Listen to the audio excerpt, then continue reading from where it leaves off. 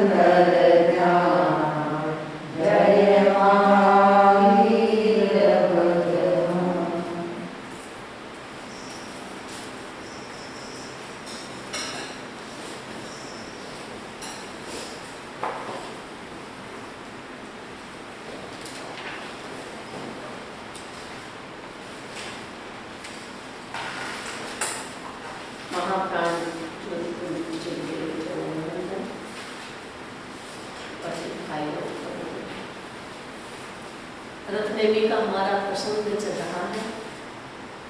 रत्नेमी राजीवती को देख करके विचलित हो जाता है, वासनाएं जागृत हो जाती है, अतीत याद आ जाता है, और जब कर्मों का उदय आता है तो व्यक्ति को पता नहीं चलता है कि वो क्या कर रहा है, उसका विवेक सुप्त हो जाता है। और रत्नेमी के साथ भी ऐसा ही हुआ था। साधु बन गया था, साधना कर रहा था, तपस्या कर रहा था, लेकिन जैसे ही राजीवती को देखता है विचलित होता है और राजीवती से प्रार्थना करता है। राजीवती ने सोचा कि इसका मन विचलित हो गया है, अतीत को ये भूल गया है और फिर मेरे पास आया है और इस प्रकार की आकांक्षा करता है, इस प्रकार का निवेदन कर रहा है। लगता है अपने संयम से ये विचलित हो गया है, तो मेरा काम है उसे संयम में स्थिर करना, क्योंकि एक सती साध्वी थी, शक्तिशाली साध्वी थी। राजीवती ने जैसे ही रत्नेमी को देखा और चिंतन किया, दक्षूण रह नेमितम बकुज्जोय परायम राय मई असंभंता अपाणम संपरेतहि। क्योंकि उसने तो अपने वस्त्र तोड़ रखे थे, सुखाने के लिए पानी से भीग गए थे, इसलिए वस्त्रों को फैलाया हुआ था। रत्नेमी की आवाज को सुनते ही राजीवती सजग हो जाती है, अपने वस्त्रों को पहनती है। और रत्नेमी देखा कि रत्नेमी तो उत्साहहीन हो गया है। उत्साह किसमें? रति और अरति दो चीजें हैं। आप जानते हैं रति अरति का मतलब क्या हुआ? रति का मतलब, अरति का मतलब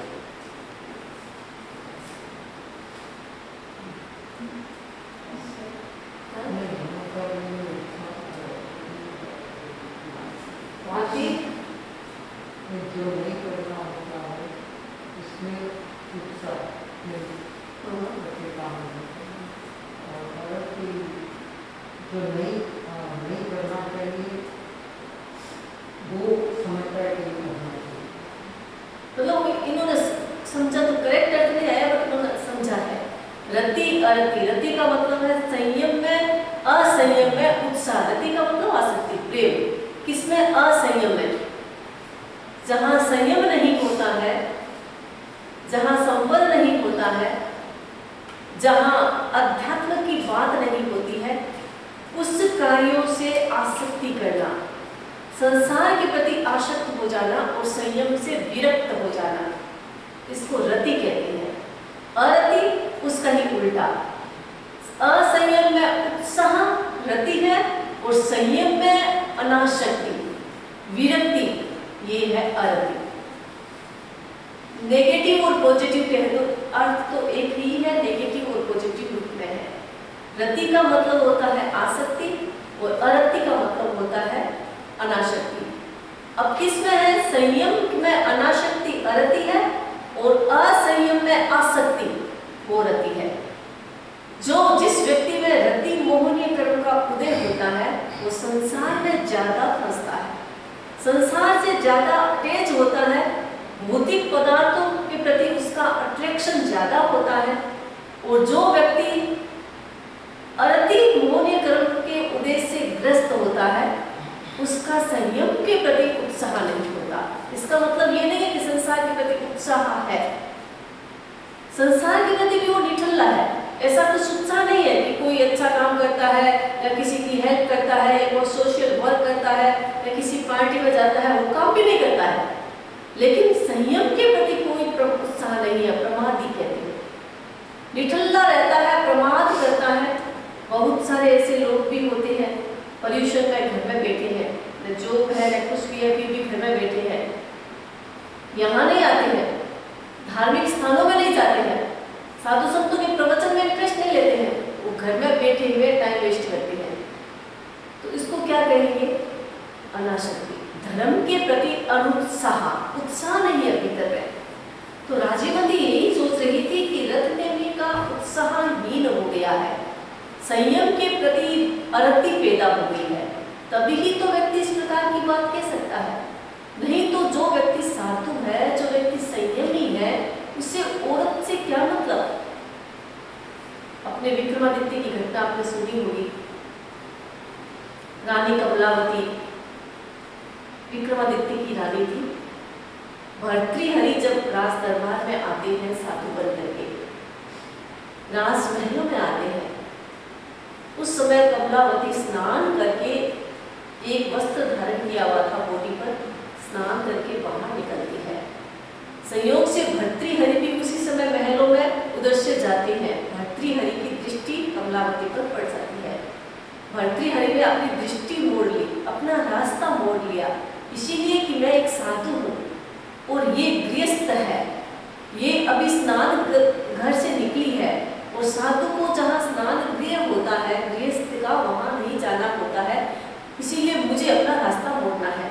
भर्तृहरि मुड़ जाते हैं।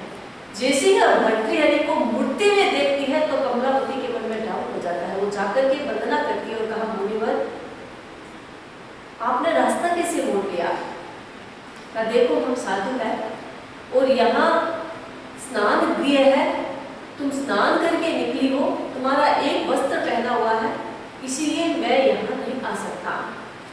चली गई। उसने वंदना की और वंदना करके वो चली गई। मुनि भी चले गए, जहाँ बैठक थी वहां जाकर के बैठ गए। कमलावती स्नान करके कपड़े पहन करके अच्छी तरह से साधु के मुनि के पास जाती है, भर्तृहरि के पास जाती है और कहती है, मुनि मुने मेरे मन में एक जिज्ञासा है, एक प्रश्न है। क्या कैसा प्रश्न है, पूछो। क्योंकि वो विरक्त हो गए थे, इन्हीं महलों में रहने वाले थे, इन्हीं राजमहलों में रहने वाले थे, विरक्त हो गए थे संसार से। तो कहा, कौन सा प्रश्न है। गुरुवर मेरे मन में एक प्रश्न है कि आप वहां से रास्ते से जा रहे थे और मुझे देख करके आपने अपना रास्ता मोड़ लिया, ऐसा क्यों किया। मुनि ने कहा कि तुम जानती हो हम साधु हैं और जहाँ गृहस्थ अपना काम करता है, साधु को उस ओर दृष्टि नहीं डालनी चाहिए, क्योंकि तू स्नान करके बाहर आई थी, तेरे कपड़े भी गीले थे, तेरे बाल खुले हुए थे, और ऐसी स्थिति में हमें वहां नहीं जाना चाहिए। कमलावती बहुत पहुंची हुई थी, एक अध्यात्म प्रेमी थी, साधारण औरत नहीं थी। उसने कहा कि मुनिराज मेरे मन में एक प्रश्न पैदा हो गया, आप तो साधु हो गए हैं और जो व्यक्ति इतनी उत्कृष्ट साधना करता है, साधुत्व का पालन करता है, उसके लिए तो पुरुष और स्त्री एक समान है। आपने मुझे स्त्री के रूप में क्यों देखा, एक आत्मा के रूप में देखते। जब व्यक्ति स्त्री को स्त्री के रूप में देखता है तब उसके मन में कोई विचार आता है। अगर वो एक आत्मा के रूप में देखता है तो स्त्री और पुरुष तो एक समान है, फिर आपने ये अंतर क्यों किया। साधुत्व के क्षेत्र में ये अंतर नहीं होना चाहिए। जैसे ये बात कमलावती ने कही, भर्तृहरि भीतर से जागृत हो गए। उन्होंने सोचा कि देखो आज तक मैंने ऐसा नहीं सोचा, और ये राजमहलों में रहने वाली विक्रमादित्य की पत्नी इतनी उदार, इतनी आध्यात्मिक, जिसने ये बात सोची है, एक पुरुष और स्त्री के प्रति भेद किया है मैंने अच्छा नहीं किया। मुझे आज प्रेरणा मिली है कि मेरे लिए स्त्री और पुरुष एक समान है। जब हम स्त्री को स्त्री के रूप में देखते हैं, पुरुष को पुरुष के रूप में देखते हैं, तो मन में अलग विचार आते हैं। हम एक साधारण शावक के रूप में देखते हैं अथवा एक आत्मा के रूप में देखते हैं, तो शायद विकार के भावनाएं भीतर में पैदा नहीं होती है। भर्तृहरि जागृत हो जाते हैं। तो उसी प्रकार राजीवती सोच रही है कि रत्नेमी ने मुझे ऐसी अवस्था में देखा, इसलिए इसका मन विचलित हो गया। लगता है अभी तक इनकी साधना गहरी नहीं हुई है, इसीलिए मुझे इन्हें जागृत करना है, मुझे इन्हें प्रतिबोध देना है, मुझे उन्हें स्थिर करना है। राजीवती बहुत नियम की पक्की थी, इसलिए कहा है, अहसा राज राय वर कन्ना सुठिया नियम बय जाई कुलम च शीलम च रख माणी तयम वये। वो राजीवती कैसी थी? रत्नेमी जैसी नहीं थी, विचलित होने वाली नहीं थी। हमारे 16 सतियों में एक सती राजीवती भी है, जिनका नाम आता है, वो सती थी। साधु जीवन स्वीकार किया, भीतर से वैराग्य था, वैराग्य के कारण उसने साधु जीवन स्वीकार किया। व्यवस्था के कारण या किसी अभाव के कारण साधु जी ने स्वीकार नहीं किया था, इसीलिए उसने सोचा कि मुझे इसे प्रतिपोष देना है। वो अपने नियम और व्रत में पक्की थी। 3 चीजें होती है, एक होता है महाव्रत, एक होता है व्रत, एक होता है नियम। महाव्रत आप सब जानते हैं, 5 महाव्रत, अहिंसा, सत्य, अचौर्य, ब्रह्मचर्य और अपरिग्रह, ये 5 महाव्रत है। और जो 5 महाव्रत को एक्सेप्ट करता है उसमें कोई प्रकार का अपवाद नहीं होता है, स्ट्रिक्टली उसका पालन करना होता है। अहिंसा महाव्रत उसका भी पूर्णतया पालन, सत्य महाव्रत उसका भी पूर्णतया पालन, असत्य अचौर्य महाव्रत उसका भी पूर्णतया पालन, ब्रह्मचर्य और अपरिग्रह उसका भी पूर्णतया पालन होता है। किसी भी परिस्थिति में, किसी भी द्रव्य चित्रकाल में उसमें कोई प्रकार की छूट नहीं होती है, अपवाद नहीं होता है। साधु के 5 महाव्रत होता है। अब महाव्रत और व्रत, व्रत भी महाव्रत की ही तरह होते हैं, 5 व्रत ही होते हैं, लेकिन व्रत और महाव्रत में अंतर इतना होता है कि व्रत में एक्सेप्शन होता है, अपवाद होता है, और महाव्रत में कोई अपवाद नहीं होता है। जिस साधुओं ने 5 महाव्रत एक्सेप्ट कर लिया है उनके लिए न तो फूड बनेगा, वो न गाड़ी का यूज करेगा, कोई प्रकार का अपवाद उनकी लाइफ में नहीं होता है। स्ट्रिक्टली 5 महाव्रत का पालन करना होता है। व्रत की दीक्षा होती है, उसमें भी 5 महाव्रत को ही पालना होता है, लेकिन उसमें अपवाद होता है, 1-2 नियम का अपवाद होता है, इसीलिए वो व्रत कहलाते हैं। और नियम का मतलब महाव्रत और व्रत को पुष्ट करने वाले सूत्र। हमारे जैन दर्शन में 5 समिति और 3 गुप्ती की चर्चा आती है। नाम आता है 5 समिति का किसी को? बोलो नाम ना क्या है 5 समिति? इरिया समिति, हाँ इसका भी है।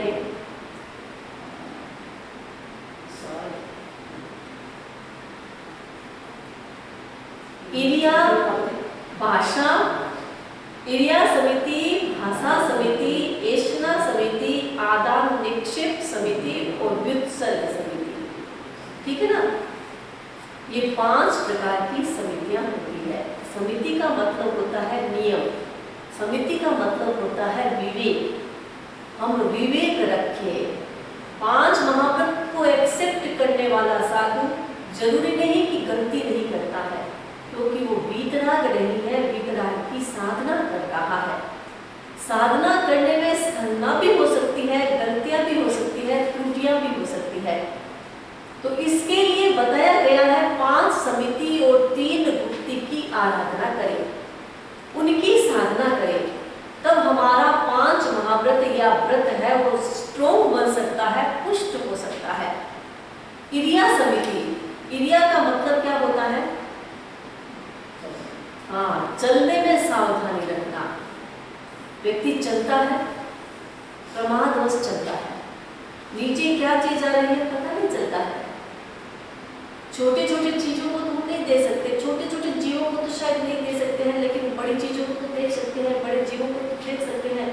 तो भगवान ने कहा कि जो व्यक्ति इरिया समिति का ध्यान रखना है, चलने फिरने में ध्यान रखता है, उठने बैठने में ध्यान रखता है, अपनी दृष्टि को हमेशा जागरूक रखता है, वो व्यक्ति हिंसा से बच जाता है, अहिंसा की साधना करता है, अहिंसा का पालन करता है।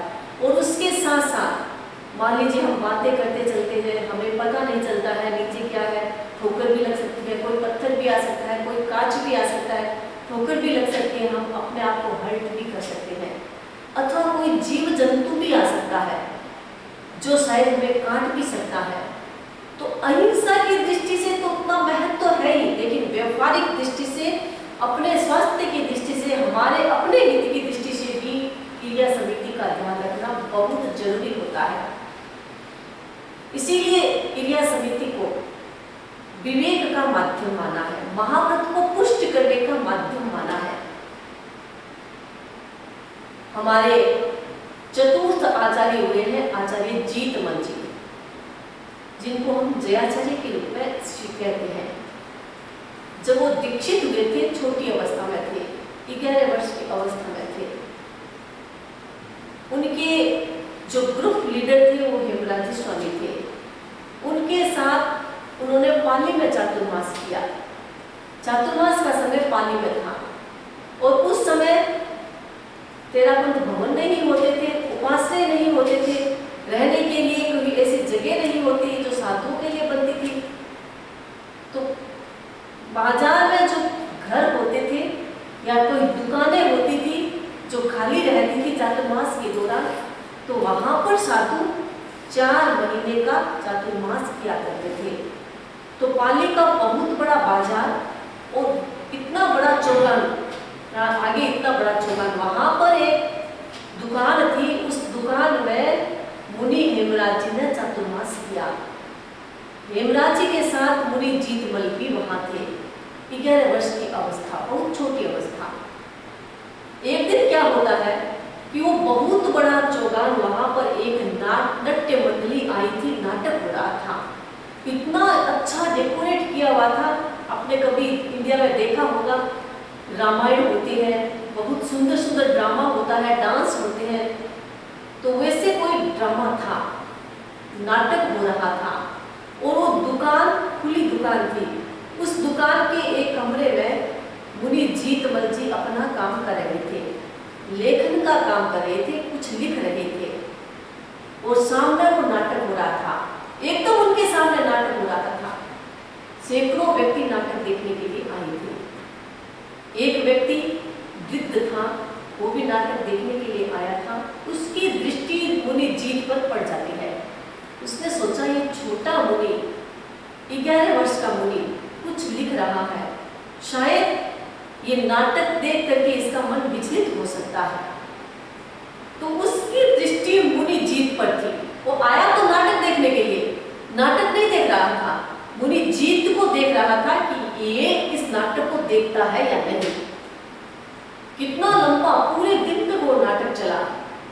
मुनि जीतमल जी छोटे बच्चे, 11 वर्ष के बच्चे, वो अपने काम में मस्त थे। एक बार भी उन्होंने नाटक की ओर दृष्टिपात नहीं किया। पूरे दिन वो अपने काम में बिजी, उन्हें तो ये पता ही नहीं कि नाटक हो रहा है, नाटक की ओर ध्यान भी नहीं किया। वो एक वृद्ध व्यक्ति जो नाटक देखने के लिए आया था, उसने नाटक नहीं देखा, उसने भी नाटक नहीं देखा।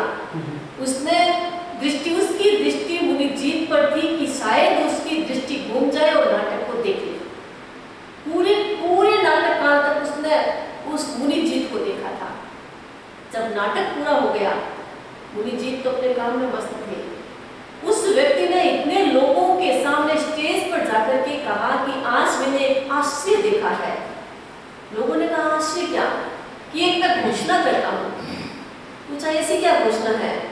कि आज मैंने ये अनुभव किया है कि जिस धर्म संघ के छोटे मुनि भी इतने सजग है, अपनी इरिया समिति में, अपनी साधना में इतने सजग है, उस संघ का तो कोई बाल बांका भी नहीं कर सकता।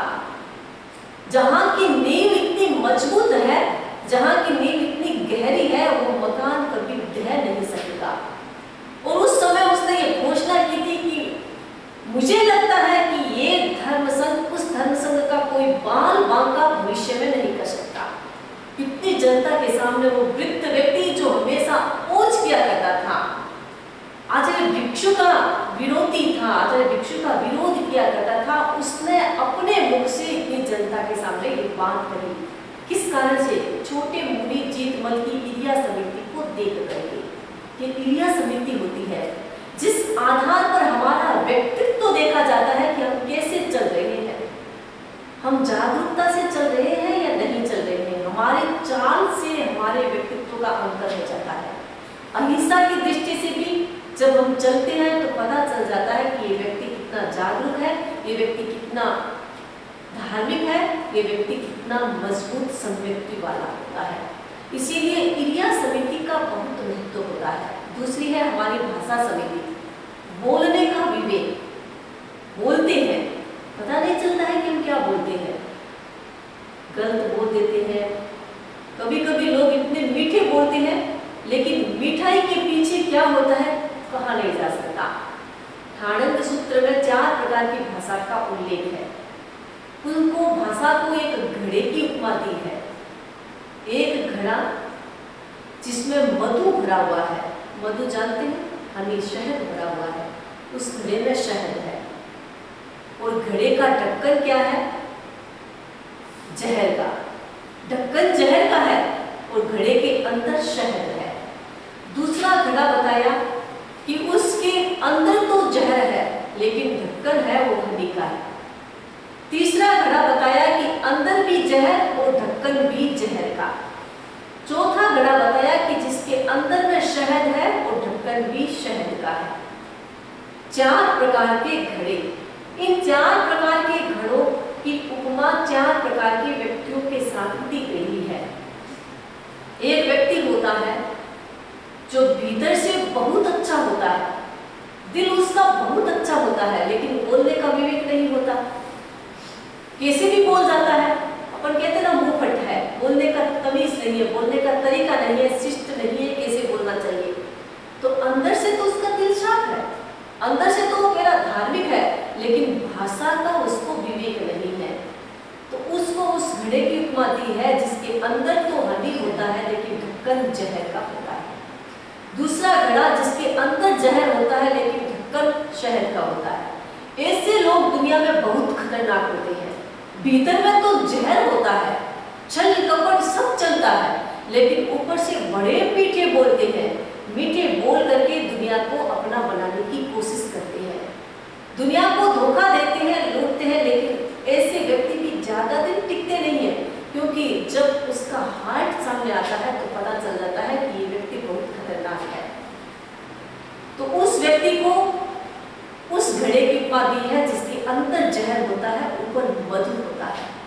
तीसरे प्रकार का व्यक्ति होता है जिसका हृदय भी छल कपट से भरा होता है और बोलने की भी तमीज नहीं होती है, बोलने का भी ज्ञान नहीं होता है, बोलने का भी विवेक नहीं होता है। उस व्यक्ति को उस घड़े की उपमा दी है जिसके अंदर भी जहर और ढक्कन भी जहर का है।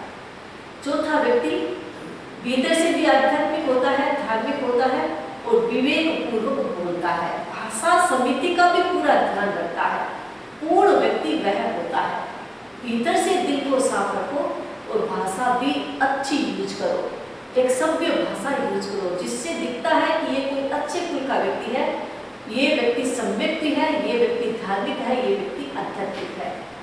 तो भाषा समिति, जो व्यक्ति भाषा का विवेक रखता है वो व्यक्ति शत्रु को भी अपना बनाता है, और जो व्यक्ति भाषा का विवेक नहीं रखता वो अपने व्यक्ति को भी शत्रु बना लेता है। तीसरा है ऐषणा समिति। ऐषणा का मतलब गवेषणा करना, खोजना। किसको खोजना? कोई भी चीज हम खाते हैं, कोई भी चीज हम यूज करते हैं, हम पहले ध्यान से देखें कि ये मेरे योग्य है या नहीं। अनेक प्रकार की सोप यूज करते हैं, अनेक प्रकार के शैम्पू यूज करते हैं, अनेक प्रकार की खाद्य सामग्री यूज करते हैं। उसका बेस देखें कि ये कैसे बना हुआ है, उसका इंग्रेडिएंट पढ़े कि ये कैसे बनी हुई है। ये होती है ऐषणा। ऐषणा का मतलब खोज करना, गवेषणा करना, गवेषणा करके चीज का यूज करना, ये है ऐषणा समिति, ये है हमारा विवेक। चौथा है आदान निक्षेप। आदान निक्षेप का मतलब होता है कि कहीं भी तुम जाओ अपने आप का ध्यान रखो, अपनी वस्तु का ध्यान रखो। बहुत बार हम देखते हैं लोग सेंटर में आते हैं, कार्यक्रमों में आते हैं, कोई पानी की बोतल छोड़ गया, कोई कर्चीफ छोड़ के गया, कोई कुछ और चीज की छोड़ गया। इसका मतलब हम अवेयर नहीं है अपने चीज के प्रति, हम जागरूक नहीं है कि हम क्या रख रहे हैं और क्या यूज कर रहे हैं। हमें ध्यान नहीं है कि हम घर से निकले तो हमारे हाथ पे क्या थी और घर वापस जा रहे हैं तो हमारे हाथ पे क्या नहीं है, हमें पता नहीं चलता है। साधुओं का नियम होता है आदान निक्षेप।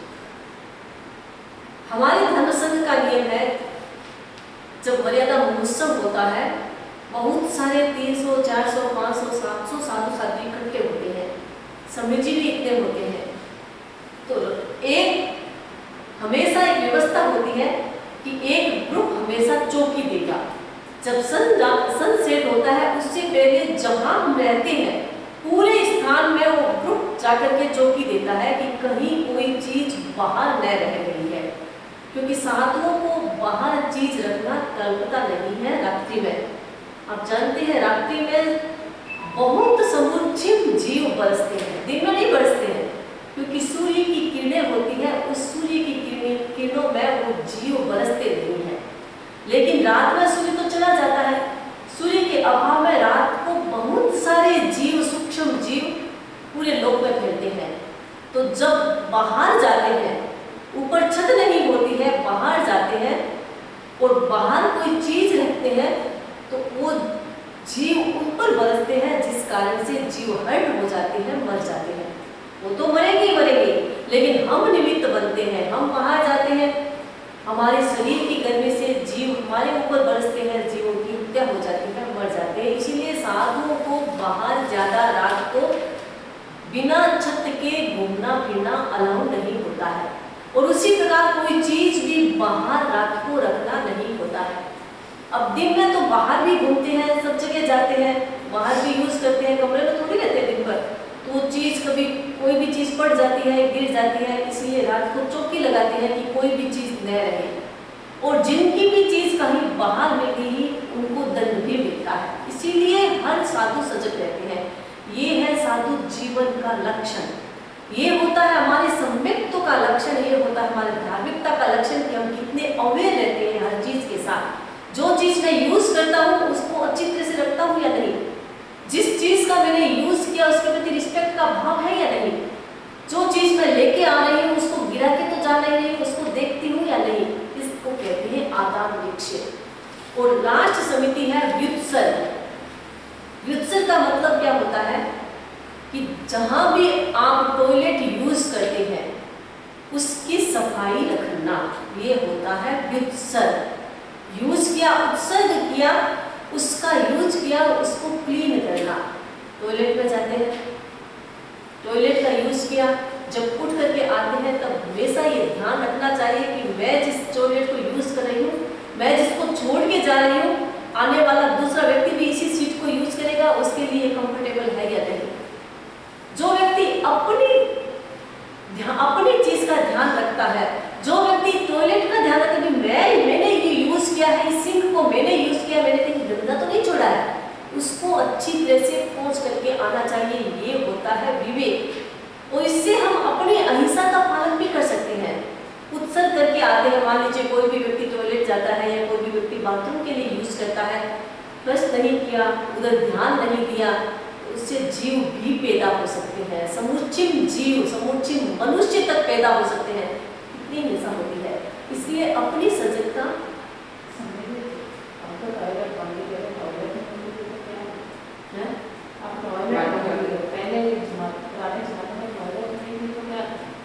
बाहर जाते थे,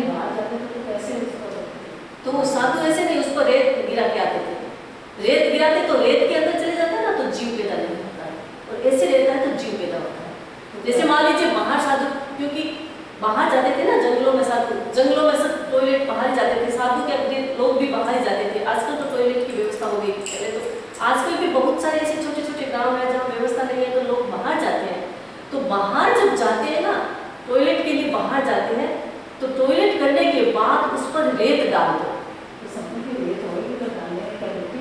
मिट्टी तो ऐसे बिना मिट्टी तो रेत के बिना तो टॉयलेट कहाँ जाएगा, ऐसे गंदा कैसे छूट जाएगा? नहीं, वो ऐसे साधु को नहीं करता है। अगर वो साधु जाता है तो पाप लगता है, क्योंकि वो सूख जाता। ऐसे भी अंतर मुहूर्त में समुच्चिम पंचेंद्रिय जीव पैदा हो जाते हैं, राइट। और वो मान लीजिए सूख गया, तो सूख गया तो पैदा नहीं होगा, लेकिन जैसे ही पानी बरसेगा वो तो गीला हो जाएगा, उसमें जीव पैदा हो जाएगा। उसका पाप जिसने किया है उसको लगता है।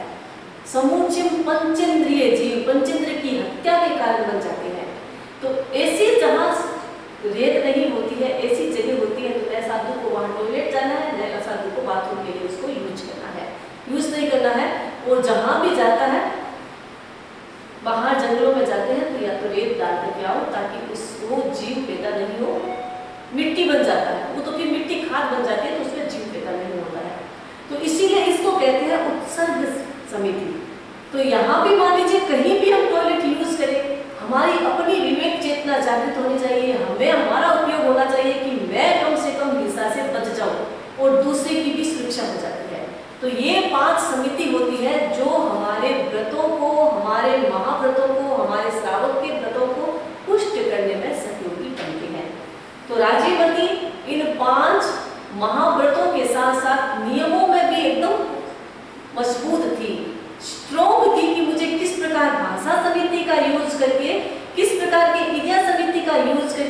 रत्नेमी को समझाना है।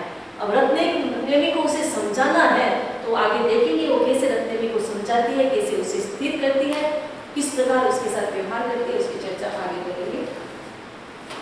व्याख्यान चल रहा है। कल कहाँ छोड़ी थी घटना याद है क्या? है मूर्छित हो गई, आगे आगे भी चल गई।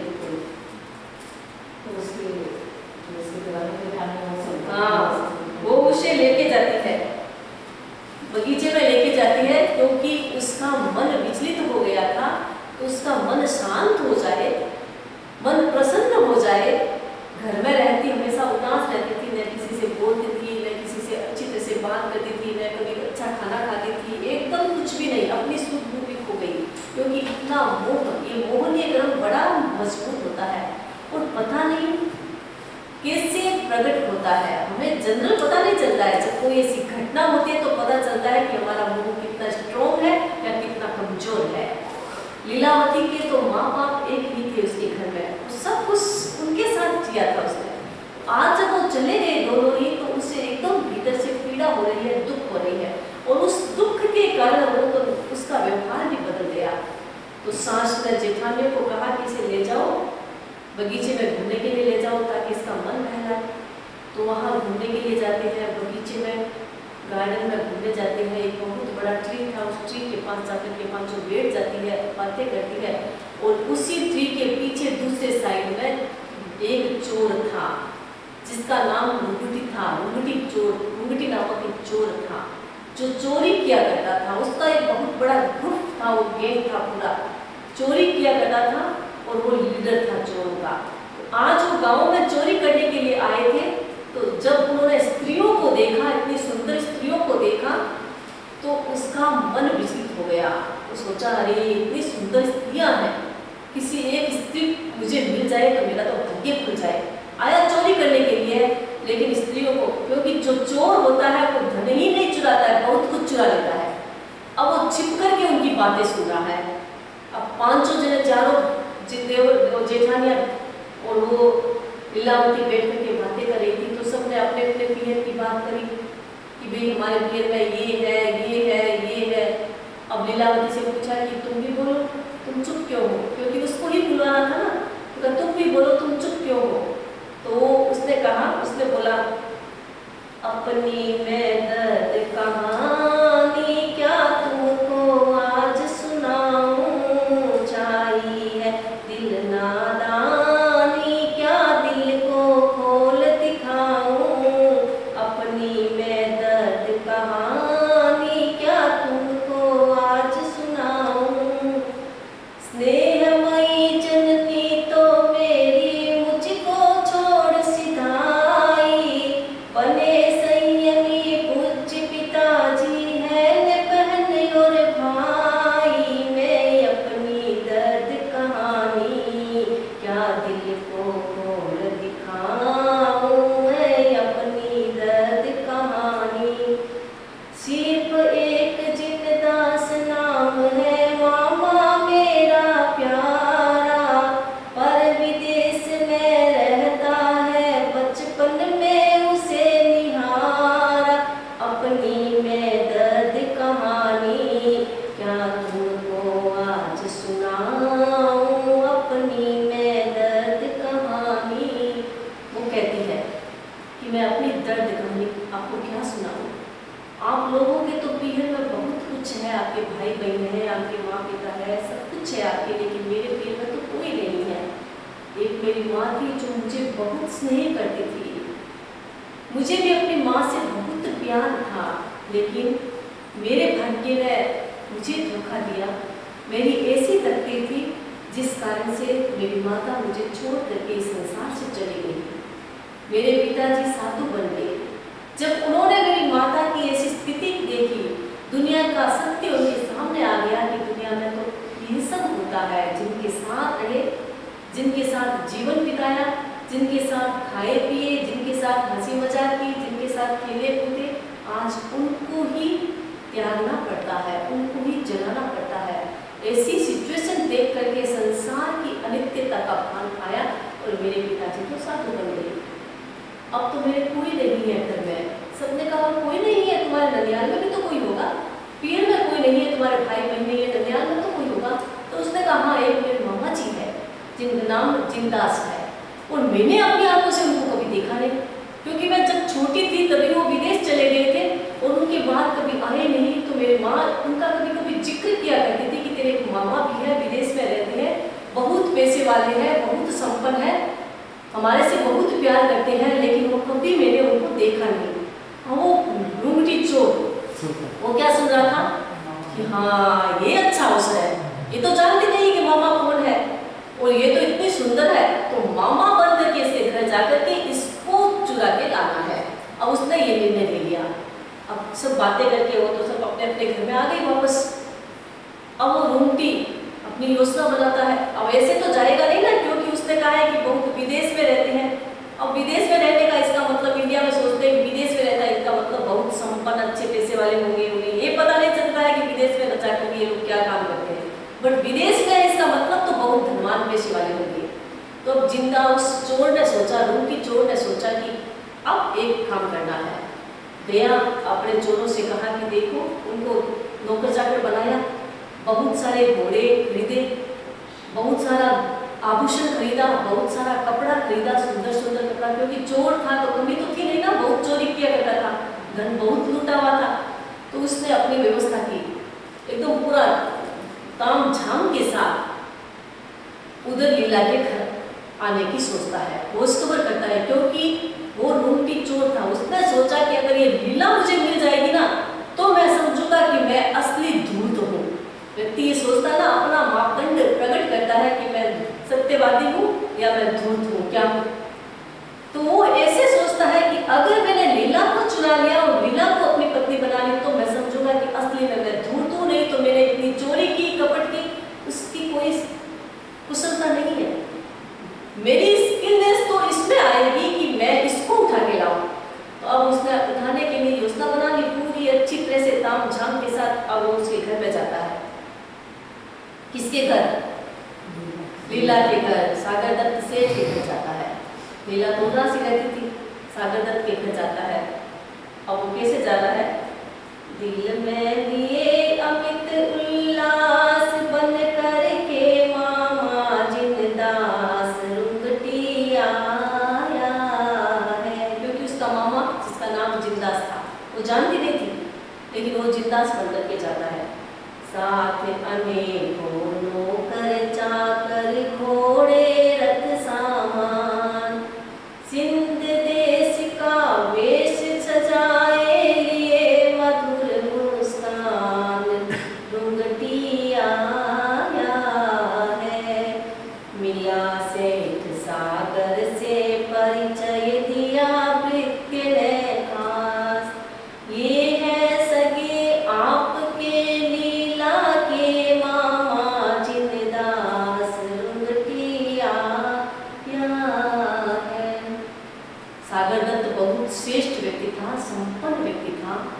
जिंदास बन करके वो रूमटी चोर पूरे ताम झाम के साथ, नौकर चाकरों के साथ वो दुकान में आता है। जैसे ही दुकान में आते हैं, सागर दत्त ने सोचा कौन आया है, पूछा। नौकर चाकरों ने रूमटी ने परिचय नहीं दिया था, नौकर चाकर को सिखा रखा था। नौकर चाकर ने पूछ कहा कि सेठ जी, ये हमारे बहुत बड़े सेठ जिनका नाम जिंदास है, ये विदेशों में ही रहते हैं।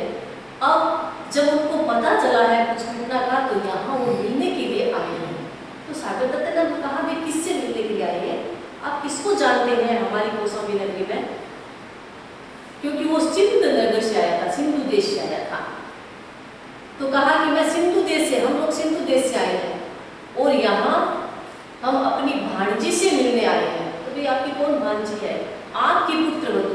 अब सोचा कि कौन पुत्रवधू? सागर दत्त ने कहा भाई किसकी बात करते हैं? आपकी छोटी श्रीकांत की जो पत्नी लीला है वो मेरी भांजी है। अब तो सागर दत्त का दिल इतना खुश हो गया, इतना खुश हो गया कि अब मुझे ऐसा लगता है कि लीला खुश हो जाएगी, क्योंकि परिवार का कोई भी व्यक्ति मिलने के लिए आ गया, उसके माँ पिता के जाने के बाद कोई परिवार का व्यक्ति मिलने के लिए आ गया तो ऐसा लगता है कि हमारा सब कुछ आ गया है।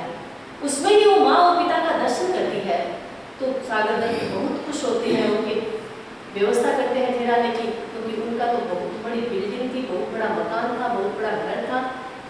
जिंदास मामा जो बन के आया था उसके रहने की, खाने पीने की बहुत सुंदर व्यवस्था करते हैं, इतना आदर सत्कार करते हैं। तो उन्होंने सोचा ये तो मजा आ गया, आदर सत्कार भी मिला इतने बड़े घर में, और एक औरत भी मिलेगी, क्योंकि इनको तो विश्वास हो गया है कि मैं इनका ही मामा हूँ। तो कहा कि ठीक है, मुझे अपनी भांजी से तो मिलाओ। तो सागर दत्त ने कहा अवश्य मिलाएंगे। सागर दत्त जाकर के लीला से कहता है कि लीला आज तुम्हारे लिए खुशखबरी है। लीला एकदम देखने लगी कि क्या खुशखबरी है, तेरे मामा आई है। मामा एकदम खुश हो जाती है, भूल जाती है, दर्द भूल जाती है, दुख भूल जाती है, और मामा आया है तो दौड़ करके मामा के पास आती है। सुनते ही लीला खुशियों में झूम उठी अविराम, दौड़ी आई है मिलने को करती पुण्य प्रणाम, दिल रुंगटी आया है। रुंगटी ने तब उसके सिर पर धरा हाथ सल्ला, बोल न सकी लीला पल भर आई माँ की याद, रुंगटी आया है। जब वो रुंगटी को देखती है, अपने मामा के रूप में उसको देखती है, इतनी खुश हो जाती है, मामा की चिपक जाती है, रोने लगती है, क्योंकि माँ की याद आ गई। आज मामा को देखा तो माँ की याद आ गई, रोने लगती है। रुंगटी बड़ा नाटक करने वाला था, एकदम ड्रामा बहुत अच्छा जानता था, एक्टिंग बहुत अच्छी जानता था उसने, एकदम मामा की तरह। बेटी रोने की कोई आवश्यकता नहीं है, मैं तेरा दर्द जानता हूँ, तेरा दुख जानता हूँ, मुझे भी बड़ा दुख होता है। उसके सिर पर हाथ फेरता है। देखो चिंता की कोई बात नहीं है, तुम्हारी माँ चली गई तो क्या है, मैं हूँ ना तुम्हारे लिए, मैं सब कुछ हूँ तुम्हारे लिए। बस उसको उसके जी को बहलाने की कोशिश करता है।